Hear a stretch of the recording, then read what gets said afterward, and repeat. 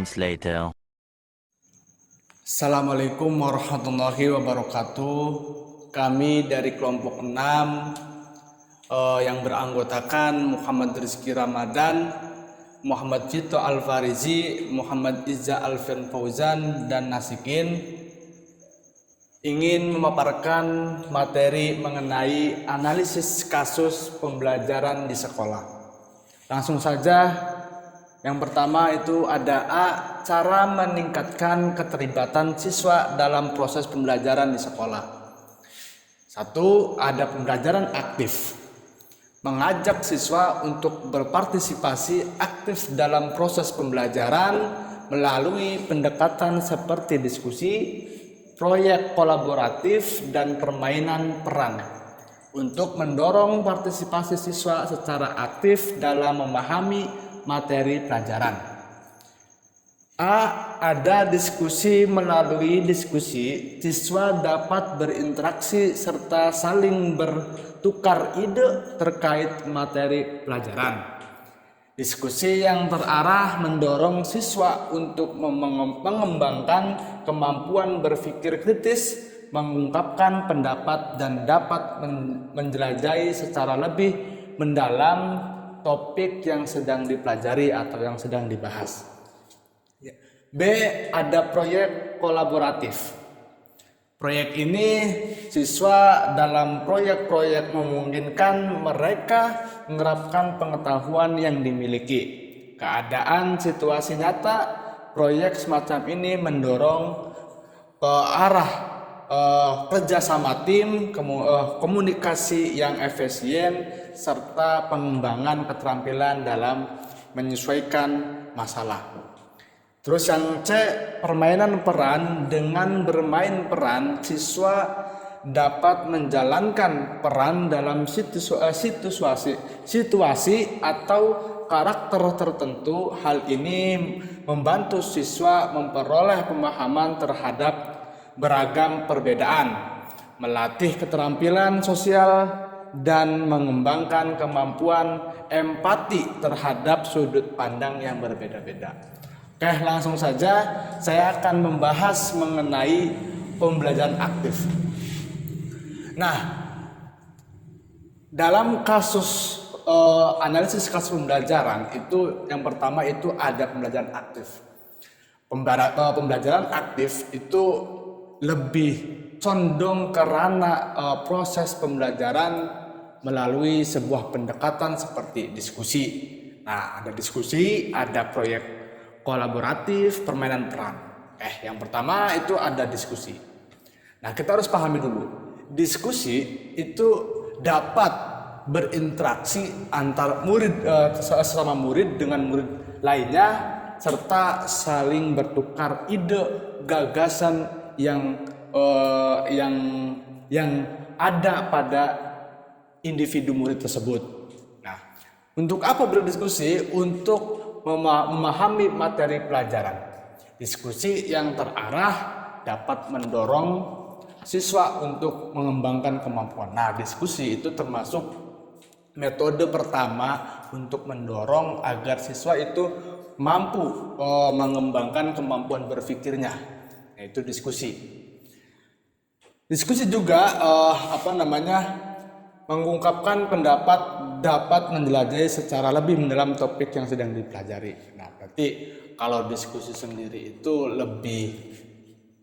lebih condong ke tukar ide, tukar gagasan apa yang dimiliki oleh siswa per individu atau individu siswa. Terus yang kedua ada B itu proyek kolaboratif. Maksudnya di sini itu proyek-proyek yang dibutuhkan itu memungkinkan mereka menerapkan pengetahuan yang dimiliki ke dalam situasi nyata. Proyek semacam ini mendorong kerjasama tim, komunikasi yang efisien, serta pengembangan keterampilan dalam menyelesaikan masalah. Jadi kolaborasi ini itu lebih menekankan itu mampu menyelesaikan sebuah masalah yang terjadi pada antar siswa atau siswa dengan gurunya mengenai proses pembelajaran. Contoh kasus kasus pembelajaran yang menggunakan kolaboratif. Misalkan ketika guru menulis, berarti siswa memahami. Ketika siswa menulis, guru itu membuka sebuah challenge atau pertanyaan-pertanyaan yang akan menjadikan sebuah kolaborasi seperti itu. Terus yang C itu permainan peran. Nah, sekali lagi mengenai permainan peran di sini bukan masalah dia guru, kami siswa, bukan. Akan tetapi dengan bermain peran, siswa dapat menjalankan peran dalam situasi atau karakter tertentu. Hal ini membentuk siswa memperoleh pemahaman terhadap beragam perbedaan. Nah, contoh misalkan perbedaan terhadap individu siswa. Siswa A itu misalkan memiliki kemampuan dalam bidang ilmu matematik. Terus siswa lainnya itu memiliki kemampuan dalam bidang sosiologi misalkan. Nah, ini bisa menjadikan permainan peran. Ya, contoh lagi misalkan ada kasus seperti ini. Ada pelajaran seni dan budaya. Kemungkinan murid itu tidak semuanya mampu memahami semua apa yang ada di dalam seni dan budaya. Kemungkinan ada yang paham mengenai seruling, cara penggunaannya, ada juga yang paham menggunakan gitar atau yang lainnya. Nah, ini sesuai peranannya. Nah, maka hal ini dapat memahami beragam perbedaan, melatih keterampilan sosial dan mengembangkan kemampuan empati terhadap sudut pandang yang berbeda-beda. Oleh sebab itu, yang dari A, B, C ini memang berkaitan atau berkesinambungan mengenai analisis kasus pembelajaran di sekolah. Seperti yang saya katakan bahwasanya pembelajaran aktif itu lebih spesifik dengan tiga metode, yang diantaranya ada diskusi, proyek kolaboratif, permainan peran. Nah, mungkin selanjutnya materi akan dibawakan oleh rekan saya, insya Allah akan dilanjutkan sekarang. Saya akan melanjutkan dari Saudara Nasikin pembahasan yang mengenai analisis kasus pembelajaran di sekolah. Selanjutnya yaitu yang kedua, ada pemanfaatan teknologi pendidikan. Menerapkan teknologi yang relevan dan menarik untuk mendukung pembelajaran interaktif. Pemanfaatan teknologi dalam konteks pendidikan memiliki dampak yang signifikan terhadap pengalaman belajar. Salah satu aspek kuncinya adalah penggunaan teknologi untuk mendukung pembelajaran yang melibatkan interaksi antar siswa dan guru. Dalam hal ini dapat menjadikan pengalaman belajar siswa yang lebih menarik dan efektif.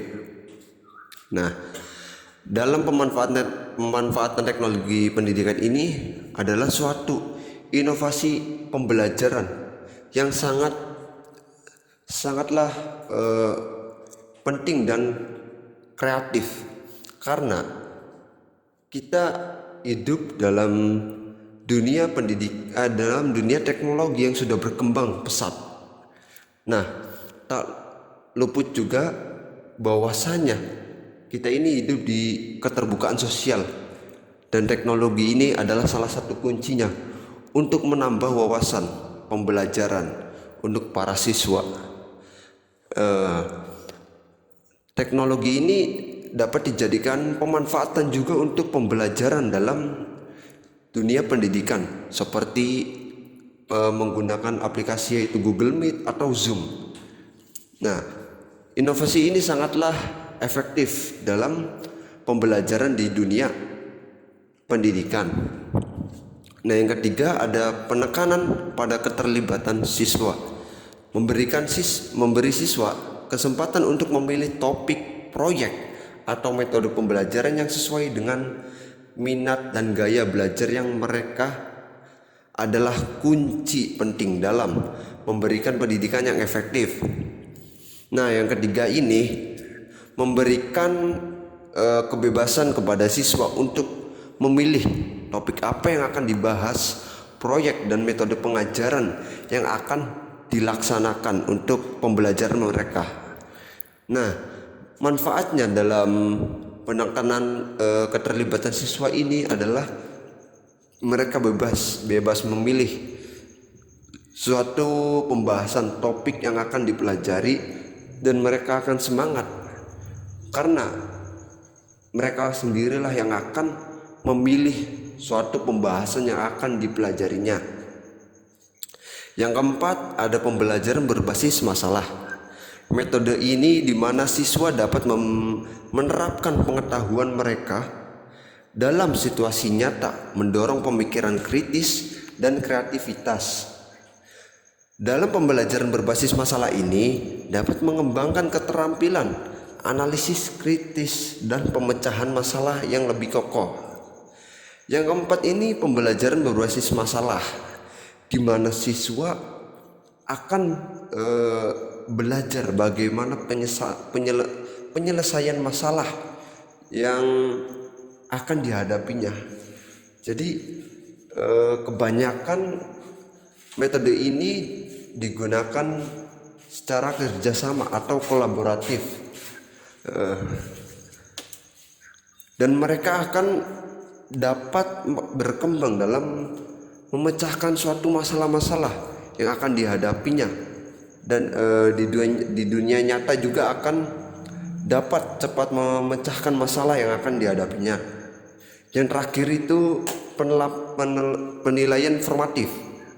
Penilaian formatif adalah pendekatan evaluasi yang terus-menerus digunakan selama proses pembelajaran untuk memonitor perkembangan siswa, memberikan umpan balik yang konstruktif, dan mendukung mereka dalam meningkatkan pemahaman serta keterampilan.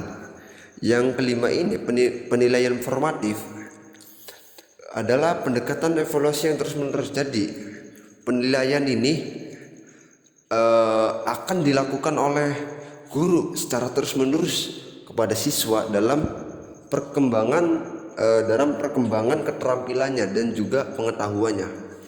Jadi salah satu manfaatnya juga siswa akan lebih semangat untuk melengkapi kekurangannya dalam pengetahuan atau keterampilannya, karena siswa akan merasa tidak puas dengan penilaian yang kurang.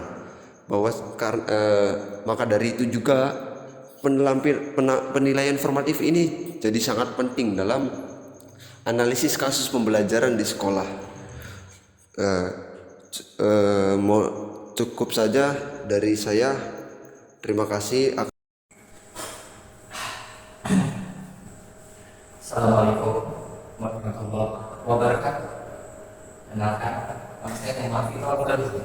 Saya dari Prodi Manajemen Pendidikan Islam semester 3. Saya akan mempresentasikan tugas mahal dari mata kuliah Manajemen Pembelajaran dosen pelaku Haji Muhammad Majid. Nah, sebelumnya saya akan membawakan presentasi tentang analisis kasus pembelajaran di sekolah. Sebelumnya juga sudah ada teman saya menjelaskan poin-poin sebelumnya. Saya juga hanya melanjutkan poin-poin yang saya dapatkan tugasnya. Sebelumnya sudah ada Bang Nasikin dan sahabat Sihat yang menjelaskan poin-poin sebelumnya. Saya tanpa basa-basi langsung kita jelaskan tentang faktor-faktor yang mempengaruhi efektivitas metode pengajaran. Nah, teman-teman, kalian harus tahu yang pertama itu ada keterlibatan siswa dalam pembelajaran. Sebagai siswa atau mahasiswa, keterlibatan kita di dalam proses mengajar adalah landasan utama dari pendekatan pengajaran secara efektif. Nah, kita bisa ketika kita sebagai siswa atau mahasiswa ikut diskusi atau proyek atau pertanyaan yang dilontarkan dari pengajar atau dosen atau guru.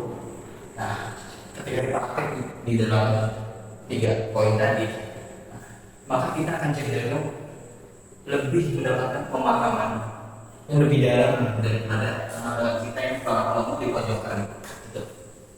Nah, Selanjutnya yang kedua, penyesuaian metode kebutuhan siswa.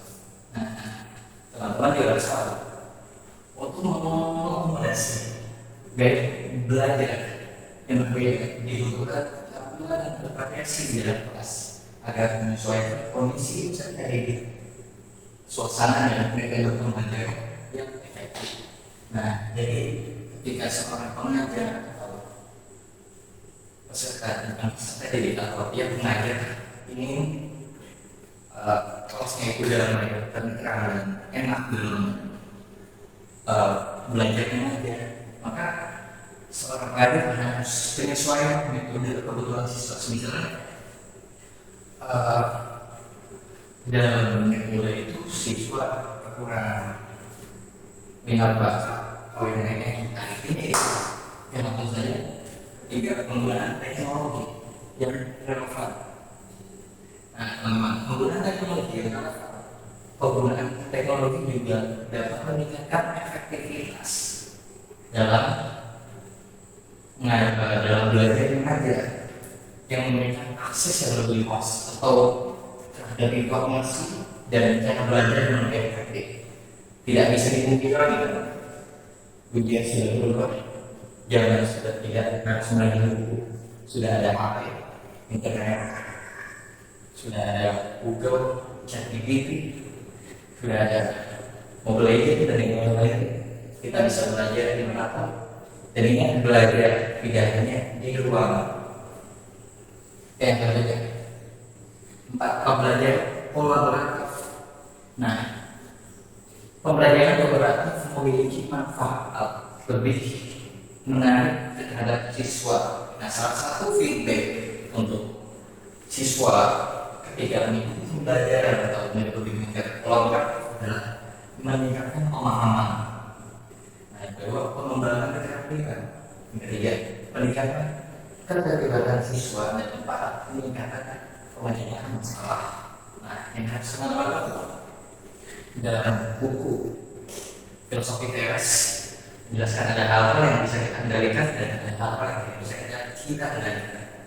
Ada 3 hal yang bisa kita kendalikan, 3 hal juga yang tidak bisa kita kendalikan. Yang pertama adalah pikiran kita bisa mengontrol penuh pikiran kita.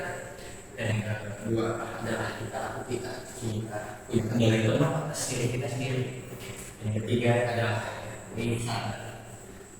kita bisa mengontrol penuh apa yang ingin kita ucapkan, apa yang ingin kita ngomongkan. Nah, dan ada 3 hal lagi yang tidak bisa dikontrol oleh kita. Nah, yang pertama adalah tindakan orang lain. Kita nggak bisa mengontrol tindakan orang lain. Dan yang kedua, tindakan orang lain kita tidak bisa mengontrol atau membatasi ucapan orang lain. Terkait kita tidak bisa. Dan yang ketiga adalah kita tidak bisa mengontrol pikiran orang lain. Nah, mungkin cukup sekian dari saya menyampaikan poin-poin tentang faktor-faktor yang mempengaruhi efektivitas metode pembelajaran. Dan selanjutnya yang disampaikan oleh sahabat brother Ojar padanya, kami persilakan. Saya tutup, terima kasih. Assalamualaikum warahmatullahi wabarakatuh. Perkenalkan, nama saya Muhammad Ida Abdul. Saya dari Prodi MTI 3. Saya mahasiswa salah satu dari kelompok 6. Nah, kebetulan di kelompok 6 kemarin kita mendapatkan masalah yang berjudul analisis efektivitas pembelajaran di sekolah. Jadi pembahasan sebelumnya telah dibahas oleh teman-teman saya. Sekarang saya akan melanjutkannya, yaitu mengenai evaluasi pembelajaran. Sebelum itu, peluang menunjukkan dari itu atau workshop.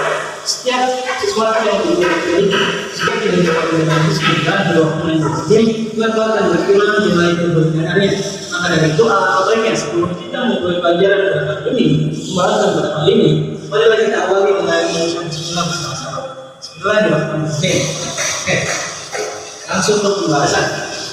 Di sini ada PJ, yaitu evaluasi pembelajaran. Nah, jadi dalam kasus-kasus pembelajaran di sekolah itu perlu yang namanya evaluasi pembelajaran. Nah, jadi evaluasi pembelajaran di sini itu sangat berperan penting. Tujuannya apa? Tujuannya apa adanya evaluasi pembelajaran itu? Tujuannya itu untuk meningkatkan prestasi akademik siswa.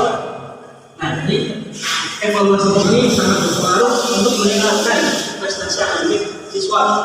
Oke, jadi dalam evaluasi pembelajaran itu ada 6 poin atau 6 strategi, 6 pendekatan. Yang pertama itu ada penggunaan evaluasi formatif. Nah, jadi penggunaan evaluasi formatif ini itu yaitu seorang guru itu harus memberikan umpan balik terhadap seorang siswa. Jadi yang namanya guru harus memberikan umpan balik terhadap siswa. Nah, tujuannya memberikan umpan balik tersebut yaitu tujuannya untuk meningkatkan atau menambah wawasan seorang siswa terhadap materi pembelajaran yang telah dibahas. Nah, jadi untuk menambah wawasan seorang siswa terhadap suatu pembelajaran, seorang guru harus memberikan umpan balik terhadap siswa tersebut agar meningkatkan wawasan seorang siswa. Poin yang kedua itu ada pendekatan multifasir. Nah, dalam pendekatan multifasir itu bisa dilakukan dengan metode salah satunya yaitu metode belajar, metode diskusi, presentasi atau ujian. Nah, tujuan dari diadakannya ujian, diskusi atau presentasi itu yaitu untuk mengukur sejauh mana kemampuan siswa memahami materi yang telah dibahas. Nah, jadi pentingnya pendekatan multifasir yaitu untuk mengukur sejauh mana kemampuan seorang siswa untuk terhadap pembelajaran yang telah dibahas. Poin yang ketiga yaitu umpan balik yang konstruktif. Nah, jadi ini guru itu sangat penting terhadap bertambahnya wawasan seorang siswa. Mungkin dia itu bisa meningkatkan pemahaman mereka melalui membaca segala macam, tapi salah satu yang penting itu bisa dengan umpan balik seorang guru. Jadi sangat berpengaruh umpan balik seorang guru terhadap menambahnya wawasan seorang siswa. Dan juga dalam pembahasan sebelumnya yaitu faktor-faktor yang mempengaruhi efektivitas pembelajaran, salah satunya yaitu ada poin kompetensi guru. Nah, jadi kompetensi guru sangat berpengaruh terhadap efektifnya sebuah metode pembelajaran. Nah, maka dari itu yang namanya guru harus punya wawasan yang luas, pemahaman yang tinggi agar dan juga mengetahui metode-metode pembelajaran agar sebuah proses pembelajaran itu terlaksana secara efisien dan efektif, dan juga yang pastinya menarik, nggak bikin siswanya itu malas. Jadi empat kali di sini yang diberikan guru itu bertujuan untuk sekiranya memberitahu siswa di mana kelemahannya dan juga di mana kelebihannya dalam pembelajaran. Poin yang ketiga yaitu kolaborasi antara guru. Nah, jadi yang namanya guru harus melakukan kolaborasi dengan guru lain. Tujuannya apa? Tujuannya itu untuk menambah wawasan guru tersebut. Nah, jadi seorang guru tidak stuck menggunakan metode pembelajaran yang seperti itu saja, tapi bisa belajar guru lain. Metode seperti apa sih yang efektif, yang sekiranya menarik siswa? Itu bisa dilakukan, dikembangkan dengan melakukan kolaborasi antar guru. Poin yang terakhir itu ada penggunaan teknologi dalam evaluasi. Nah, jadi sebuah instansi atau sebuah sekolah itu menyediakan teknologi. Nah, teknologi di sini itu digunakan untuk sekiranya siswa itu mendapat lebih banyak sumber